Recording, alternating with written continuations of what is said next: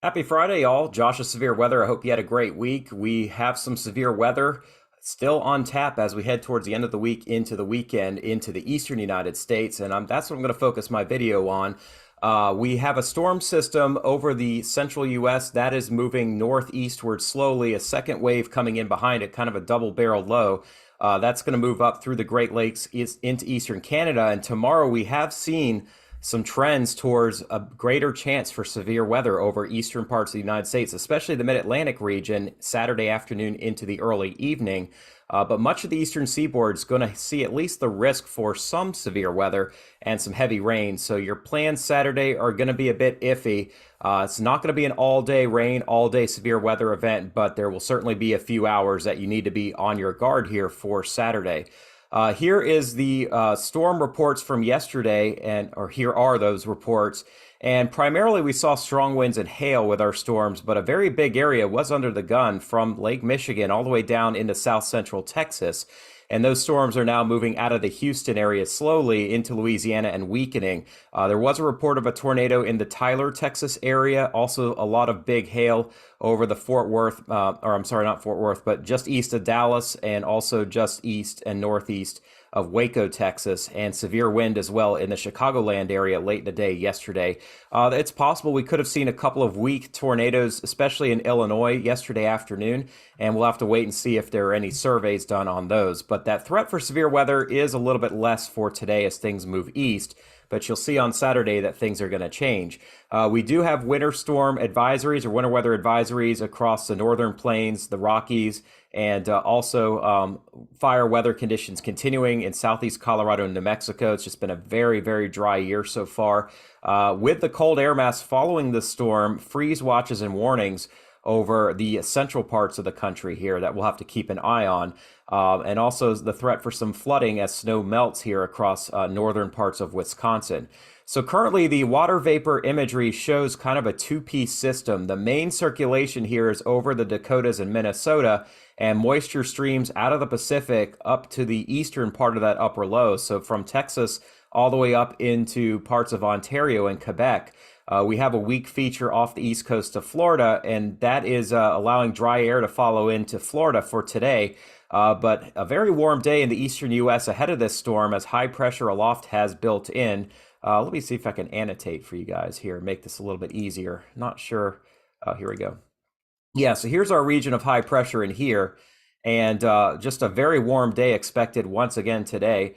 But as we head into the day tomorrow, we're going to see that shift quite a bit eastward and cooler weather to follow here. We've got a pretty big area of cold that's coming straight down here across Canada.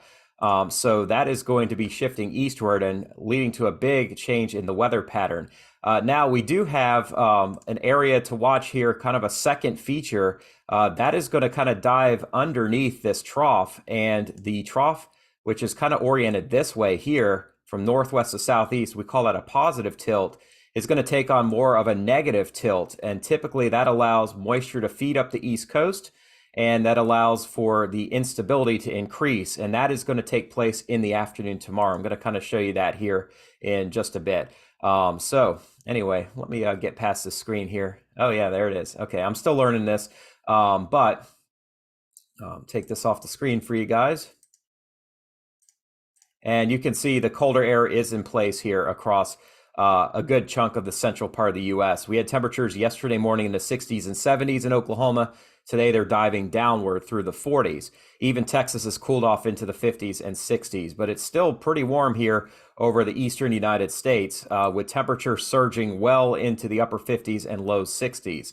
So not as warm as it was at the end of last week, but still well above the average here. So definitely a pretty mild day here and a taste of what's to come here as we head into the end of spring. So as temperatures warm up 10, 20 degrees Fahrenheit from this time yesterday in the Great Lakes, right behind it, they drop down as much as 30 degrees over the central and even southern plains. The west is starting to warm up. We actually had some record low temperatures the last couple of mornings. That will probably not be the case again today as our trough has kind of shifted east of this region. Here's the upper level pattern, and you can see pretty clearly here's our strong upper level low, but we have a feature behind it, and that is the feature to watch for tomorrow. So this trough, this is going to be this evening, is going to be pretty much now north-south oriented from eastern parts of Minnesota straight down to Louisiana.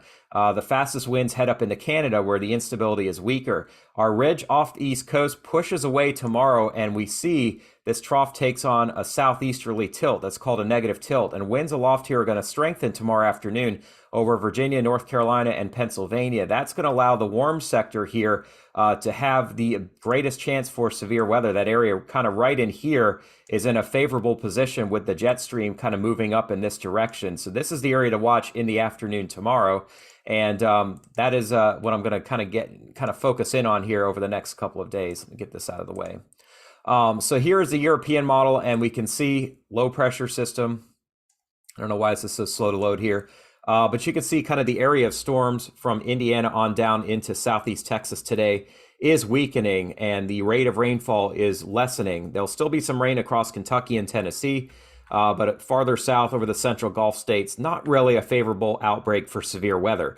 Now, as we get to overnight tonight, that low zips quickly northeastward. And several days ago, the model showed the low back here across Ohio and Indiana. That would have allowed the cold air to catch up to the moisture. Obviously, that has trended faster, but we see that low not as strong and not as quickly to leave on Saturday. So it's kind of putting on the brakes a bit, and that is going to allow our area of thunderstorms to gather here in the afternoon with prime heating. This is 5 o'clock Eastern time. So we could see a broken squall line from right along the front from central New York straight on down into eastern parts of South Carolina and Georgia. And really anybody in that area does have the risk of seeing some strong winds. As I showed you, that jet stream, kind of a streak in the jet stream kind of advances northward. That allows the winds aloft to strengthen. As that field of wind shear increases, we do have some chance for some tornadoes as well. The chance will lessen tomorrow night, and as the low moves up into the Hudson Bay region, we'll see the rain ending across the northeast, but Saturday morning is going to be pretty wet across New England, and then Maine gets in on the rain here Sunday night and into the day on Monday. Notice how the storm slows down and cold air wraps into it, so we will see some higher elevation snow early next week over the northeast, really just New England, across the presidential range, across the mountains of Maine as well, but you got to get pretty high up for that. Here's our risk for severe weather today. As we get some heating in the afternoon, we do have a marginal risk of severe weather from northern Kentucky into central and western parts of New York State. And we have a risk for marginal severe weather across southeast Texas into much of Louisiana and Mississippi, kind of ending when it gets into Alabama. Not really going to be a big threat for hail, but there will be a few hailstones possible across the western Gulf states and a slight chance for a tornado as well over parts of western Mississippi and eastern Louisiana, but a greater chance for severe wind in both of these regions. And I would focus a little bit more on Pennsylvania, northern West Virginia, eastern Ohio, and western New York later this afternoon for the threat for hail. Now, as we get to tomorrow, that chance does continue to grow, and it includes more of North Carolina, basically the eastern half of North Carolina and the eastern half of Virginia. It also includes the low country of South Carolina and Georgia, and already expands up to about Baltimore and eastern Maryland. We could see this area continuing to move northward with time, depending on how the models will kind of react to our storm system moving east. As we've got a lot of pieces to the puzzle, there are still some things to be ironed out here with the details, but this is definitely an increased risk from what we've seen over the last couple of days. There is a 5% or 2% chance of some tornadoes over northeastern North Carolina, eastern Virginia, and southern Maryland tomorrow afternoon and early evening. So basically 3 o'clock to about 7 o'clock. A greater risk, though, for severe wind across this region, from Maryland down into southeastern Georgia. As we get to day 3, actually, I need to move you guys back a little bit here to the south central U.S. We do have a risk for some hail developing overnight, really in the evening, but mainly overnight across West Texas. And that risk continues a little bit farther east into central Texas Sunday morning. Here's a look down south first. We see our front moving away. We had some severe weather in Houston early this morning, but things are moving off the coast, and we'll continue to have scattered showers and some heavier rain over Louisiana and Mississippi. Now, there will be additional storms popping up as our front still is kind of slow to move through here. So this is kind of a wave out ahead of the front. And we could see a few severe storms around the Corpus Christi area and also across far east Texas into northern Louisiana and western Mississippi. This is going to be around 2 o'clock this afternoon. Here's 3 and 4. We're not expecting widespread severe weather, but that risk certainly is here over parts of Louisiana and Mississippi through the afternoon hours, and then things should weaken as things head towards the Gulf here this evening. A quieter day for most tomorrow, but we will see storms beginning to pop up later in the afternoon over north central Texas and then expanding southward here through the evening hours. All right, so looking at the Ohio and Tennessee valleys, the good news for you guys is you're not really going to see a big outbreak of severe weather today. We will see a few storms popping up, though, in northern Kentucky into southern Ohio this afternoon on the leading edge of this front. So do keep an eye on things in this region here this afternoon. I don't think we're seeing a widespread severe weather outbreak, but certainly that risk this afternoon exists. And then we're probably just looking at a drenching rain tonight over East Tennessee, Kentucky, eastern Indiana, and western Ohio. So no snow expected out of this. A few days ago, that chance was a little bit higher, but obviously that's not the case anymore. And then overnight, early tomorrow, it's going to be a wet morning in West Virginia, eastern Ohio, eastern Tennessee into western North Carolina. Things should dry out, though, through most of the afternoon hours. We could still see a broken line of scattered showers, maybe an isolated rumble of thunder here after lunchtime over eastern Kentucky and north central parts of Ohio. Down across the southeast, again, not a huge severe weather threat, but we're watching Louisiana, Mississippi later today. Just a weaker area of showers and storms overnight tonight into tomorrow morning. Not going to do a whole lot in Georgia or Alabama. We could see a few scattered storms across North Florida, but the area to focus on is going to be the eastern Carolinas and eastern Georgia in the afternoon on Saturday before things do quiet down. In the Northeast, and I am going to get back to individual states in a minute here. In the Northeast, this morning, a few scattered showers across Lake Huron and Lake Erie. Again, we're watching this area across Ohio for a few scattered stronger storms this afternoon. And that's going to move eastward into western Pennsylvania here this evening and western New York, where that marginal risk for severe weather exists. As we get into the overnight hours, though, all that lifts north into Canada and weekends. Then we're going to keep an eye on tomorrow with this front moving through. Now, the morning, I don't think it's going to be too bad as far as severe weather, just some rainfall. But as we get to about 2 or 3 in the afternoon, we start to see a little bit more organization with storms here over central and eastern Pennsylvania and New York. And the chance continues to increase as we get into the later afternoon hours around 5, 6 o'clock from just east of Syracuse down about Wilkes-Barre and Scranton and Philadelphia, and then all the way down into the Delmarva. And then that threat for severe weather weakens by the time things hit the Hudson Valley around 10, 11 o'clock tomorrow night. There'll be a few showers behind this main batch of rain, but it's already going to be turning cooler in here, and we're going to lose that instability as well. Here's a look at New York State. 3, 4 in the morning. Keep an eye on things in the Buffalo area right now. Pretty marginal at this point. Tomorrow around lunchtime, moving through State College into Rochester, New York, Elmira, and Binghamton in the afternoon. And really the threat for severe wind is kind of marginal from about Utica down to the Poconos here at the end of the day tomorrow. I'm not really going to expect widespread severe weather. And in fact, most of your day is pretty dry from the Hudson River on east, just a few light showers, but not a bad day to be outdoors. It'll still be pretty warm. And then we hit the evening hours and we're looking at a few hours of maybe some moderate to heavy rainfall before things wind down on Saturday morning. Here's a look at the southern parts of New England. New York, New Jersey, tri-state region, pretty good weather on Saturday, maybe some cloud cover and sprinkles in the morning, but really not a bad afternoon to be out. Most of our weather comes at night, and you can see New Jersey, the Delaware Valley here around 8 o'clock, we may have a bit of severe weather, but these storms are beginning to weaken by the time they get to New York City around 10 o'clock tomorrow evening. Probably just some gusty winds, probably not looking at tornado warnings or anything at that point. And then most of that rain should be moving out of the area after midnight here, and just kind of a wet overnight across Long Island, Connecticut, excuse me, and western Massachusetts. Pennsylvania, that risk for severe weather a little bit higher here. We've got to keep an eye on things towards the afternoon hours around Williamsport and Harrisburg. And let me see if I can move my screen down and show you guys a little bit more. Sorry, my mouse is a little bit wonky here, but here's 2 in the afternoon, 3 in the afternoon. So it's going to be a wet afternoon over central and eastern Pennsylvania.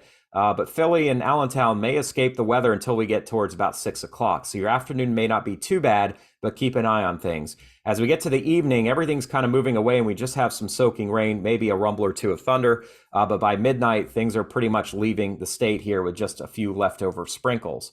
Farther south and east, though, our threat for severe weather is definitely climbing across Maryland. And you can see central Maryland around 1 o'clock and 2 o'clock. We have to keep an eye on things around Hagerstown and Frederick, and getting towards York in the Susquehanna Valley around mid-afternoon. But DC, you're probably going to get hit around 2 to 3 o'clock in the afternoon. Baltimore, 4 to 5 o'clock. Eastern Shore, 5 to 6 o'clock. And there is some risk for a few tornadoes in this area. They may not be high end, but there certainly will be that risk. And then things will move out here in the evening. Probably the area of bigger concern is going to be across Virginia and North Carolina.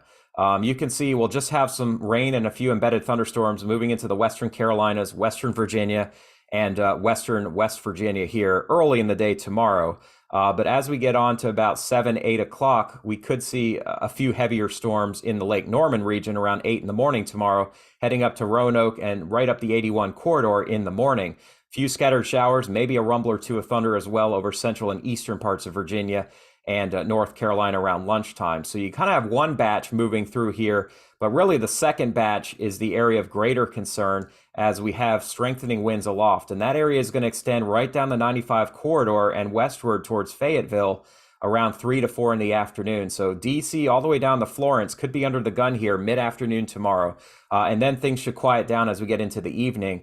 And we still have a risk for severe weather in the Virginia Beach area and Elizabeth City around 7 o'clock. Same goes for maybe the Outer Banks all the way down to Wilmington early in the evening before things quiet down here overnight tomorrow night. Farther south and east, I'm not super worried about severe weather. We may see a few heavier cells popping up in the morning tomorrow in the Charleston area over to about Myrtle, but these are going to be pretty short-lived. And then as we get into the afternoon, we do have to keep an eye on things east of 77 around 2 in the afternoon, heading towards 95 around 3 and 4 in the afternoon. So around Florence, Manning, and all the way down to just northwest of Charleston in the afternoon. We could see some severe weather, and maybe there'll be a watch issued as well from near Savannah right on up to about Wilmington for late tomorrow afternoon. But this is going to be a pretty short-lived storm for you guys. Same goes for Florida. We don't really see a widespread threat for severe weather. A few pop-ups early this evening down 75, basically the middle of the peninsula, but they're not going to be long-lasting. Should fall apart by the time they get close to the East Coast overnight tonight. Tomorrow, we are going to see a bigger chance for storms over northern Florida and maybe across the Western Peninsula in the early to mid-afternoon sea breeze storms. Some of these could end up being on the stronger side. We could see some more heavy rain in places like Fort Lauderdale and Miami in the afternoon between about 4 and 8 o'clock. So keep an eye on the Miami area tomorrow afternoon, as well as Daytona, Orlando, and the Space Coast into the evening hours as well.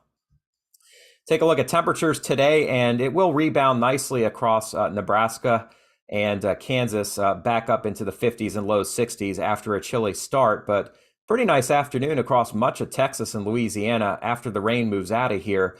But you'll see it's going to be a lot chillier tomorrow, only about 50 in Kansas City. That would be a record low maximum. 40s across Iowa and Illinois tomorrow, low to mid 50s across Indiana. And that cool weather spreads eastward, and it could be a really nasty raw Sunday for you in West Texas. Lubbock may not get out of the 40s here as we have cloud cover, some light showers in the area. So that'll be a welcome change, maybe.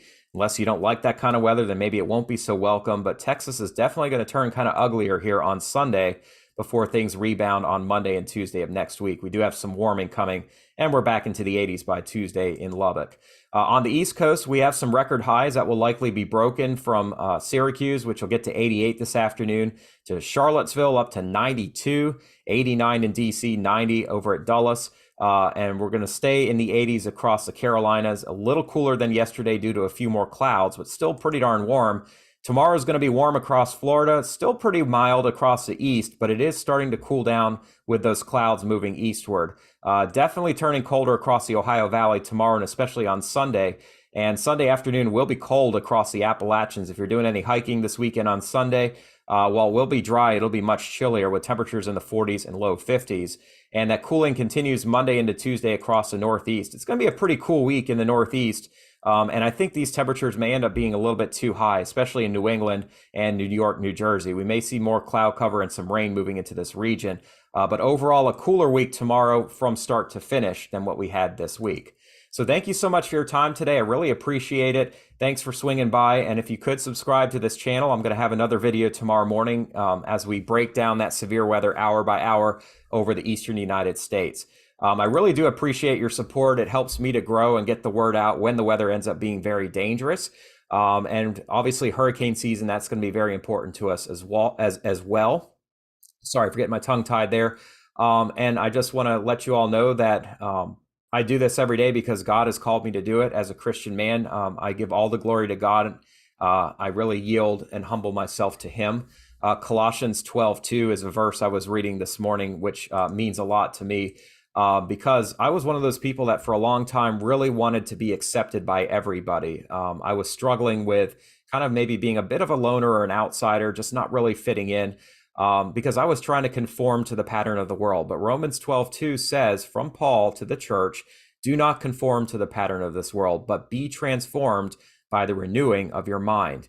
Then you will be able to test and approve what God's will is, his good, pleasing, and perfect will.